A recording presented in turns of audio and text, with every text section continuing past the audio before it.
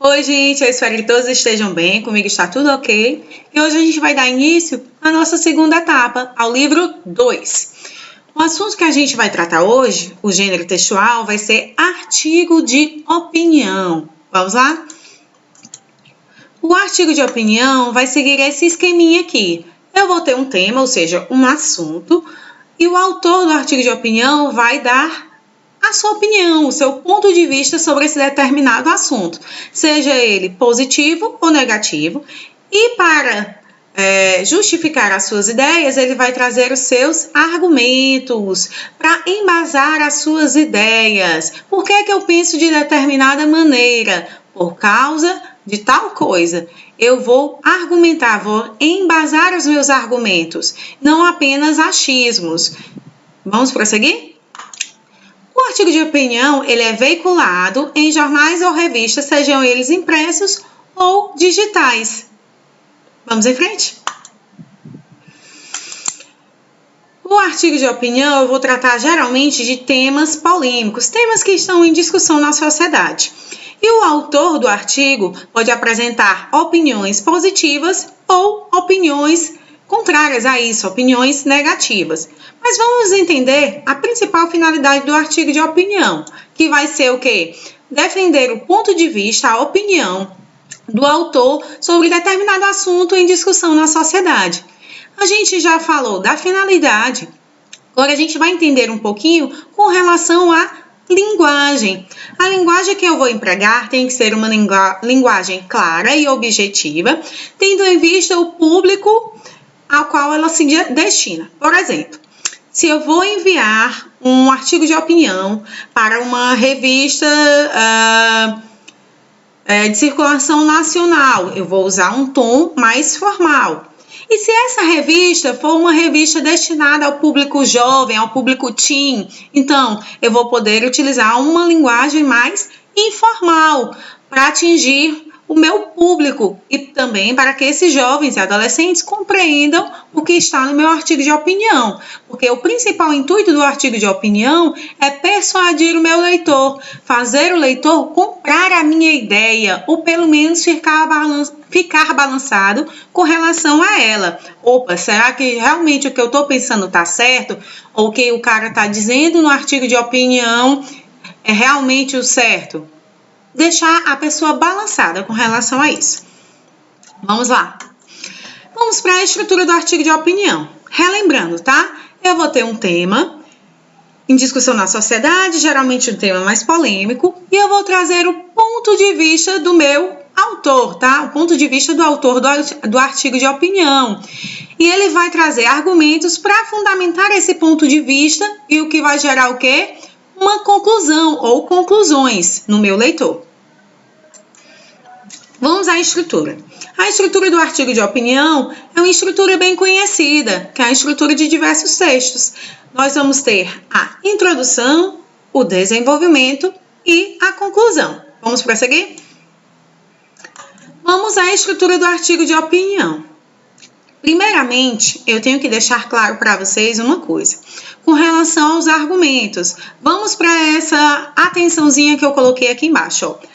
Atenção! Sem embasamento, o discurso é mera opinião, não valendo como argumento. Ou seja, você não vai poder se utilizar de achismos. Todas as suas opiniões terão que ser comprovadas, isso, justificadas. Por que eu penso assim? Por causa disso. Você pode se valer de algumas coisas que a gente vai ver mais para frente em alguns slides, tá? Então, vamos retomar para a nossa estrutura, vamos entendê-la. Na introdução, nós teremos o quê? A apresentação. A apresentação do tema, ou seja, o assunto que vai ser discutido. Eu vou trazer o posicionamento do autor, se ele é a favor ou contra aquilo. E a ideia principal que ele vai defender. Por que eu penso assim? Minha ideia sobre esse assunto é tal. Agora nós vamos para o desenvolvimento, que é uma das partes principais do artigo de opinião. Tá? Porque você vai procurar convencer o seu leitor e é a partir da argumentação que você começa a agir com relação a isso. Na argumentação, eu vou trazer o quê? Eu vou trazer um embasamento para as minhas opiniões. Como assim? Eu tenho tal ideia sobre determinado assunto por causa disso. Você vai justificar essa argumentação. Eu tenho que ter um embasamento. Eu posso trazer um depoimento de especialista, eu posso fazer comparações, trazer dados estatísticos, exemplos. A gente vai ver isso no slide mais para frente, tá? Lembrando, a gente já viu a introdução, que vai tratar de uma apresentação, e já viu a argumentação, que vai ser o quê? Será a defesa das nossas ideias. Na conclusão, eu vou ter uma retomada da ideia principal, ou seja, eu vou ter um link com o meu primeiro parágrafo, com a ideia principal defendida pelo meu autor, tá?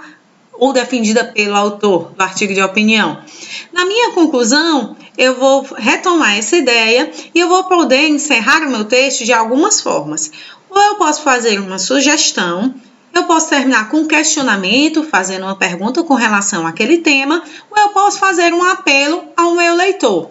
Lembrando da principal finalidade do artigo de opinião, defender um ponto de vista, ou seja, o ponto de vista do autor, e convencer o leitor daquela ideia, certo? Vamos prosseguir?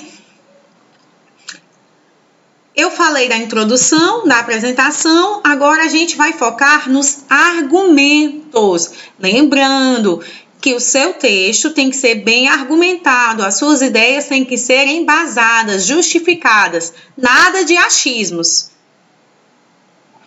Vamos lá, os principais argumentos que nós temos, tá? Eu posso utilizar dados estatísticos, históricos, financeiros, para comprovar as minhas ideias, o que eu estou dizendo.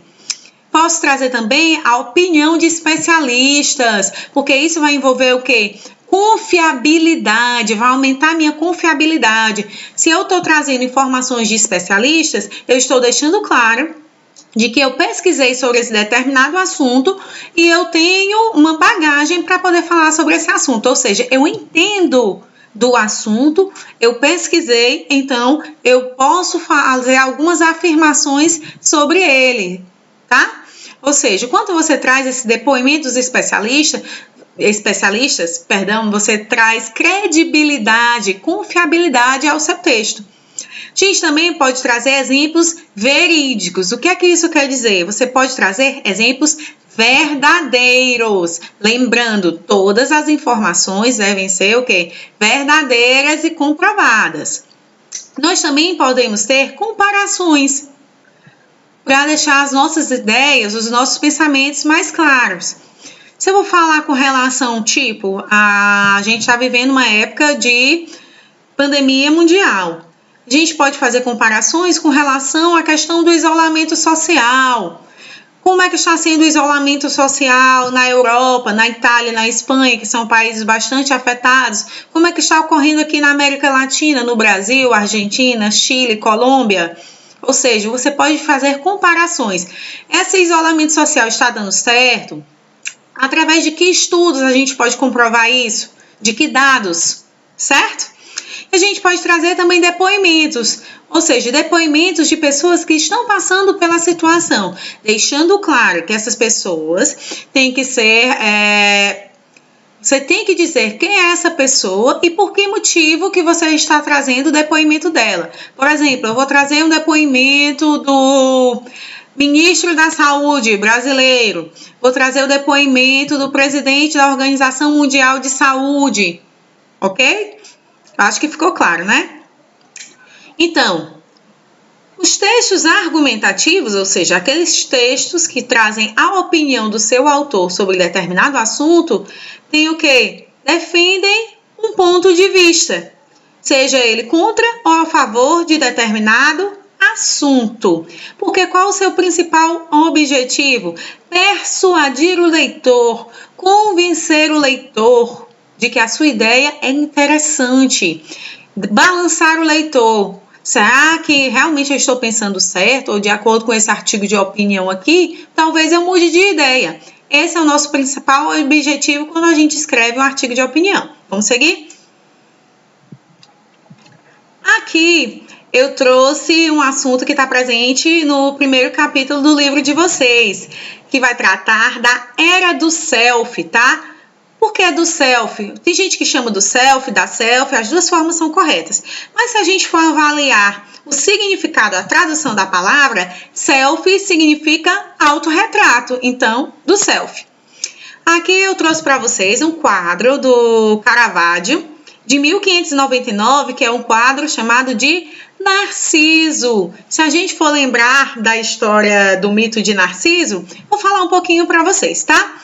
O mito de Narciso é o seguinte: Narciso era considerado um jovem muito belo e uma ninfa chamada Eco, se apaixonou por Narciso, mas foi por ele desprezada. Tanto ela quanto outras ninfas. Aí o que é que aconteceu? Elas pediram aos deuses uma vingança contra aquele jovem. E Narciso, durante uma caçada, estava com muita sede, foi matar a sua sede em uma fonte e acabou vendo no reflexo, né? Vendo o seu reflexo na água, como aparece aqui, ó. E ele achou aquele jovem muito belo e acabou se apaixonando por ele, e ele acabou caindo dentro da água e morrendo afogado. Algumas outras versões apresentam um final diferente. Mas o que é que a gente precisa saber aqui do Narciso? A questão da vaidade exacerbada, tá? Aquela vaidade excessiva que a gente vê muito hoje em dia com relação às selfies, os autorretratos, tá? Ou os selfies, como queiram. Aí a gente vê aqui a relação que existe entre o passado, ou seja, o mito de Narciso, e o presente. Não sei se vocês conhecem, mas existe uma expressão chamada de narcisista, ou seja, a pessoa narcisista é aquela pessoa que tem uma vaidade exacerbada, tem o ego super inflado, tá? Então, a gente tem uma relação aí entre o passado e o presente, ou seja, essa vaidade exacerbada ainda continua hoje em dia. E a gente percebe isso principalmente nas redes sociais, que as pessoas passam um dia postando fotos, vídeos, fazem lives, várias coisas. Vamos lá. Sobre o mito de Narciso, tá? Eu trouxe aqui outra imagem do Narciso, aqui, mais parecido, né, com o mito grego, que ele tá com folhas de louro aqui na cabeça, a túnica. É um quadro de John William Waterhouse, que traz a ninfa Eco e Narciso. O quadro é de 1903. Eu foquei mais no Narciso porque é o assunto do nosso capítulo, tá? Aí eu trouxe aqui a questão da selfie. Hoje em dia, todo mundo tira selfie em todo lugar, a todo momento. A gente vai perceber o que, ó? A questão da vaidade exacerbada, exagerada, e que em algumas pessoas torna-se um vício, vira uma doença. Aí aqui, a gente vai perceber a diferença entre a vaidade do Narciso, do mito, né? Que por causa da sua vaidade exacerbada acabou falecendo. E a gente tem a vaidade exacerbada nas pessoas atualmente. E a gente pode perceber que algumas pessoas faleceram em busca da selfie perfeita. Então, cuidado com relação a isso. Vamos lá. O que é que a gente tem? A gente tem aquela obsessão pela aparência, que a gente percebe muito isso nas redes sociais, né? A gente espera o quê? Aquela aprovação alheia, muitas pessoas esperam isso. Ou então também a fama. A gente tem também aquela pessoa que vive de fases, vive mudando de personalidade, aquele verdadeiro camaleão, e ela quer postar isso nas redes sociais, em busca de quê? Dos likes. Então, cuidado com isso, cuidado com essa vaidade exacerbada, com essa obsessão por likes. Viva a sua vida, é bem mais interessante. Gente, por hoje é só. Vou desejar bom estudo a vocês. Se você tiver alguma dúvida, se for necessário, reveja essa nossa videoaula e lembrem-se, redação em foco. Até a nossa próxima aula.